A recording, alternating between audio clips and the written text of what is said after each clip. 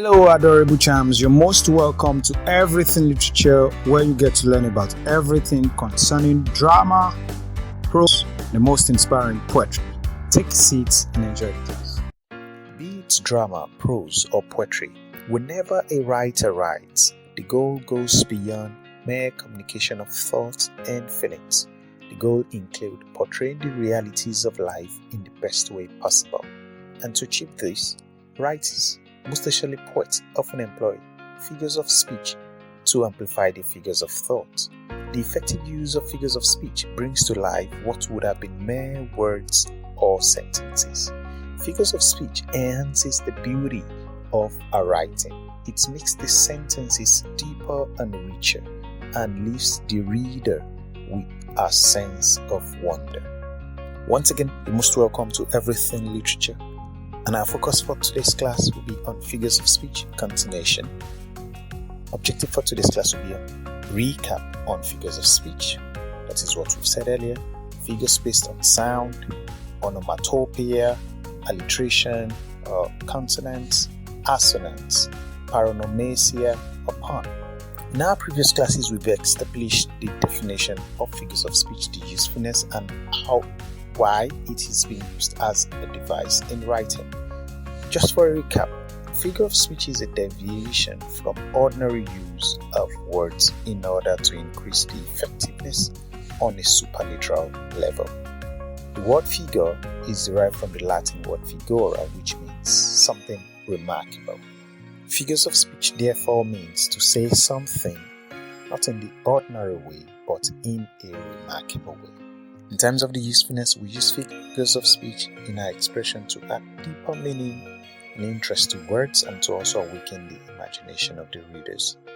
As devices used in writing, figures of speech are used in communication for the sake of emphasis, creativity, clarity, rhythm, novelty, peculiarity, style, and so on. As a group, figures of speech can be divided into two. We have the first one to be trope. Trope is a figure of speech in which the use of a word or a phrase changes the meaning of a sentence.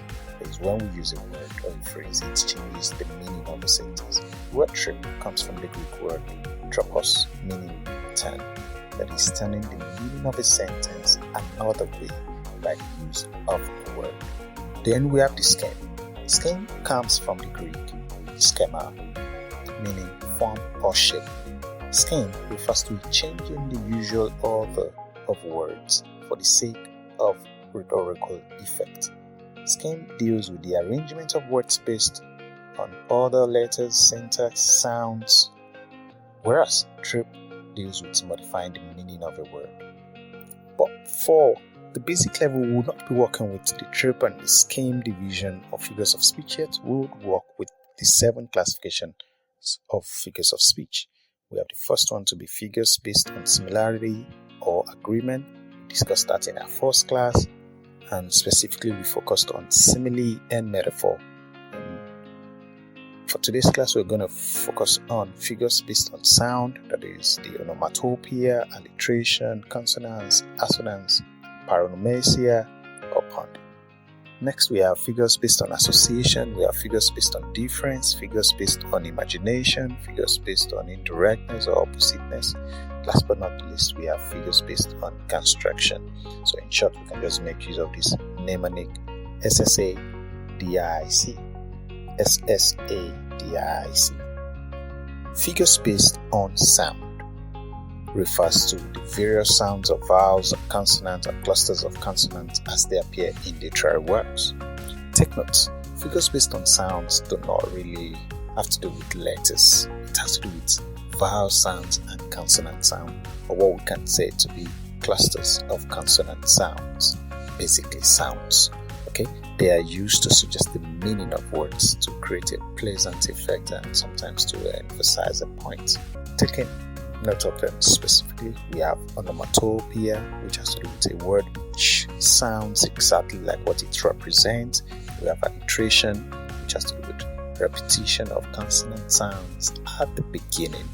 Consonants has to do with repetition of consonant sounds at the middle or the end. Okay, so while alliteration deals with repetition of consonant sounds at the beginning, Consonance has to do with repetition of consonant sound at the middle or the end. Next, we have assonance. Assonance has to do with repetition of vowel sounds. And we have Paronomasia or pan, which has to do with play on words. What is onomatopoeia? The word onomatopoeia originates from Greek onomatopoeia, meaning to create. It is sometimes called echoism.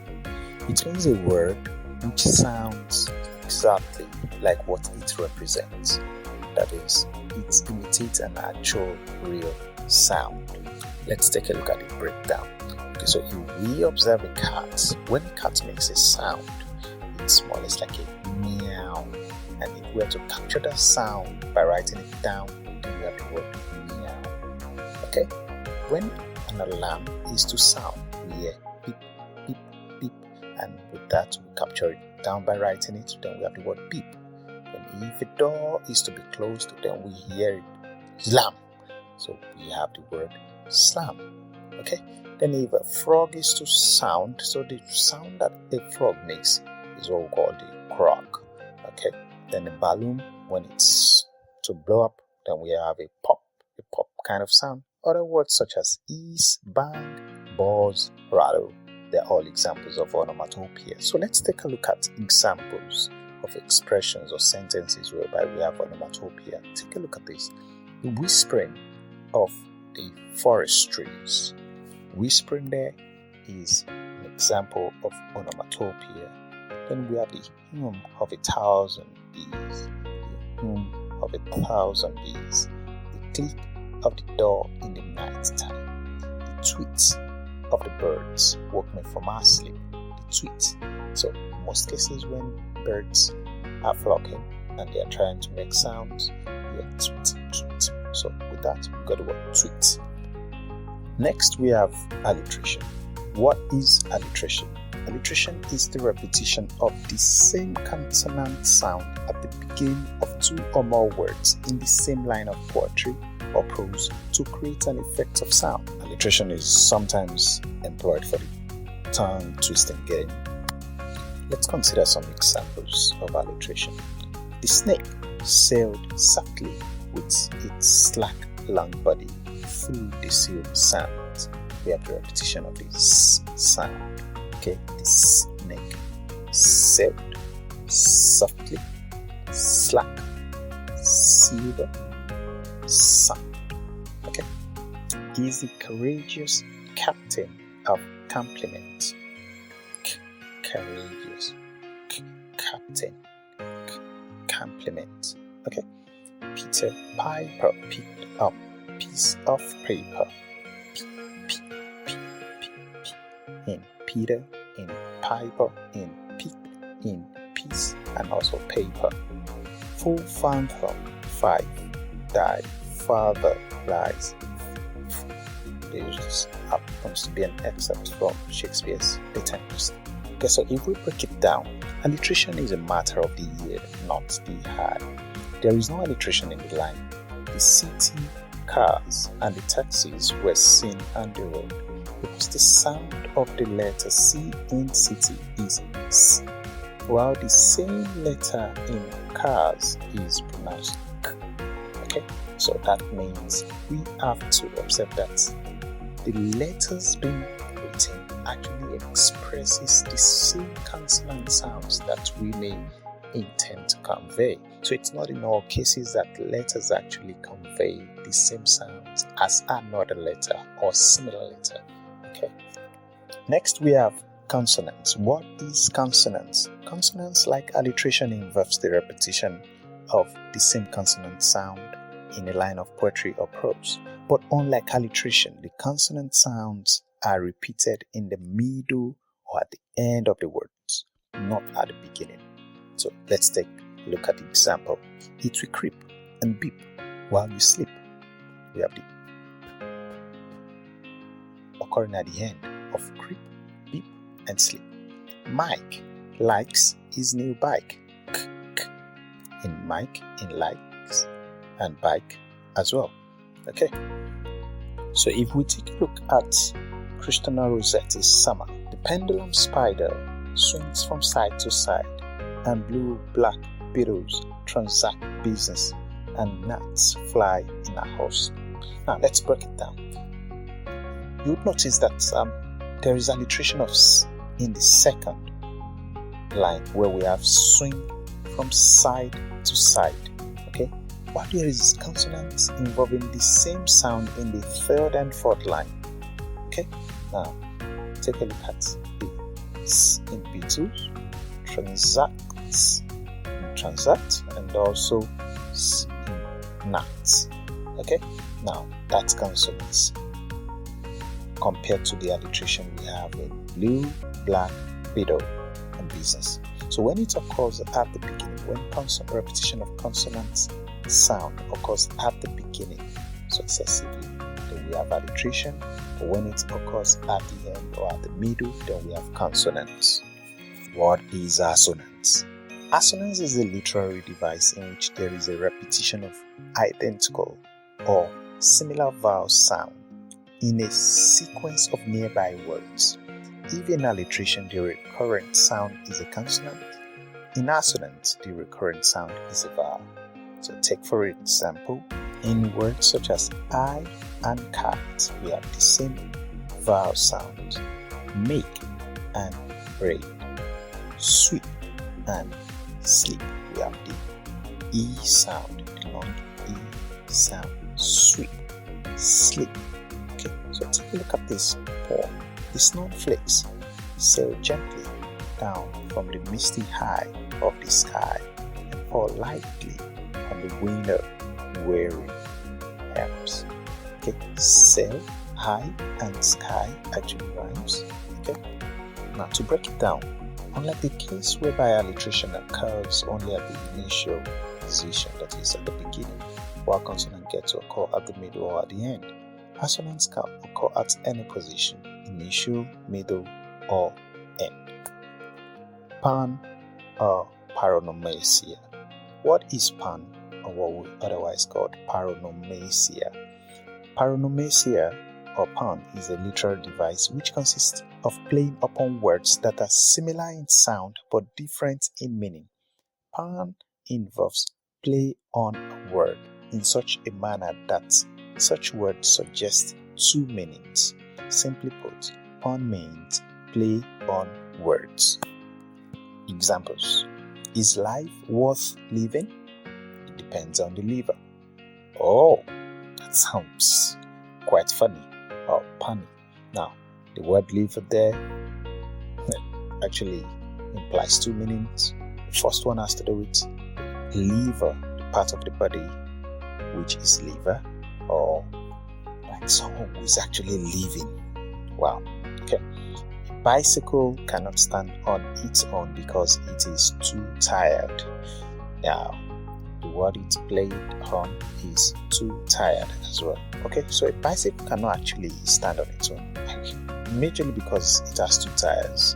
Okay, so we have the play on word there, too tired. Now, you're right, so I left. That's another play on word. Okay, the tallest building in town is the library.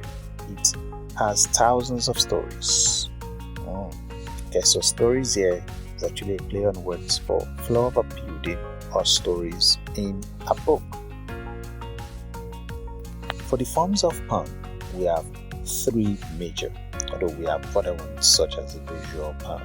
Yes, but the three major forms of pun, we have homonymic pun, Omographic pun, and Homophonic pun.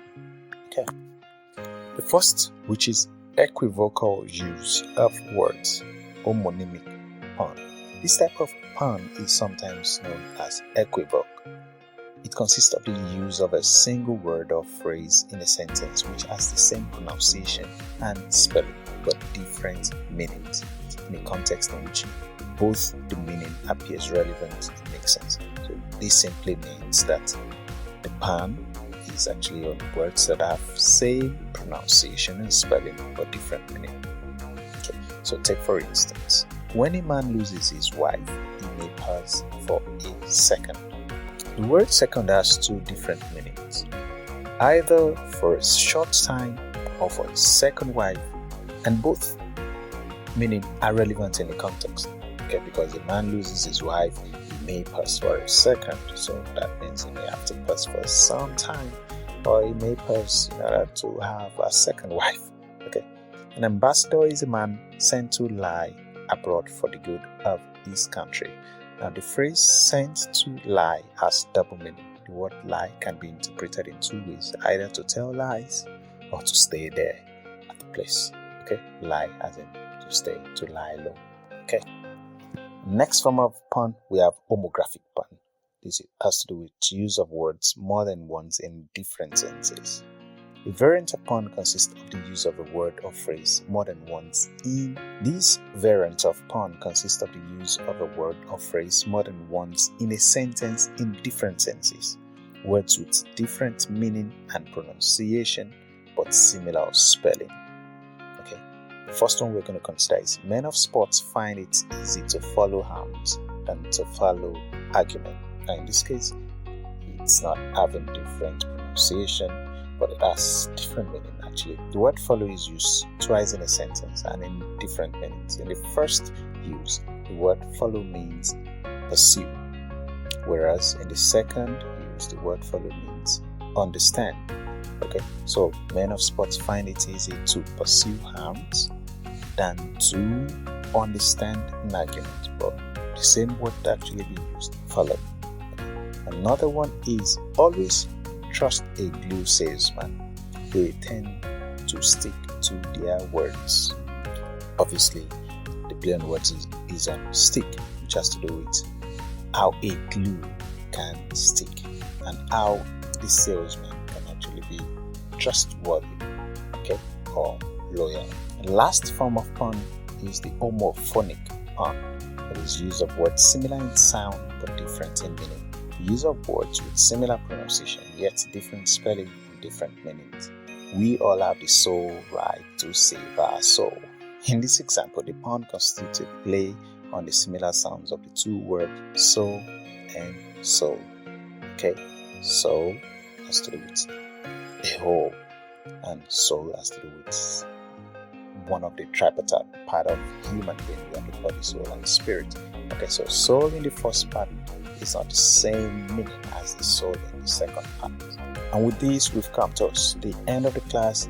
Today's class, we've been able to discuss some figures based on sound, which has to do with all the various sounds of vowels and consonants and clusters of consonants as they appear in a literary work. We've taken a look at Onomatopoeia, Alliteration, Consonants, Assonance, and Paronomasia or pun. Take for instance the following examples. We heard the vroom of the car's engine as it whizzed by and screeched around the canal. Please onomatopoeia, because we have the sounds of the engine being written out as a word, and the whizzed and the screeched as the sounds made by the tire. Okay, the tree swayed shyly in the summer breeze. Okay, we have the swayed shyly and the summer. This sound being repeated successively, then we have alliteration being used there. Toss the glass bus. We have this being repeated at the end, then this is consonants, because consonants is repeated at the middle or at the end. Okay, row more slowly, bellowed the old man Bonnie Crown. Okay, so the vowel sounds being repeated there. We have assonance. Have you been seeing any spirit or taking any? And we have a play on the word spirit, because the first spirit has to do with kind of ghost. Then the second one has to do with kind of gin. Okay, or a drink. Okay, so figures of speech based on sounds help reader experience poetry in an auditory way. I hope you enjoyed the class. If you do, let me get to know your thoughts in the comment section below. Do well to like the video and subscribe if you're yet to subscribe. See you in the next class.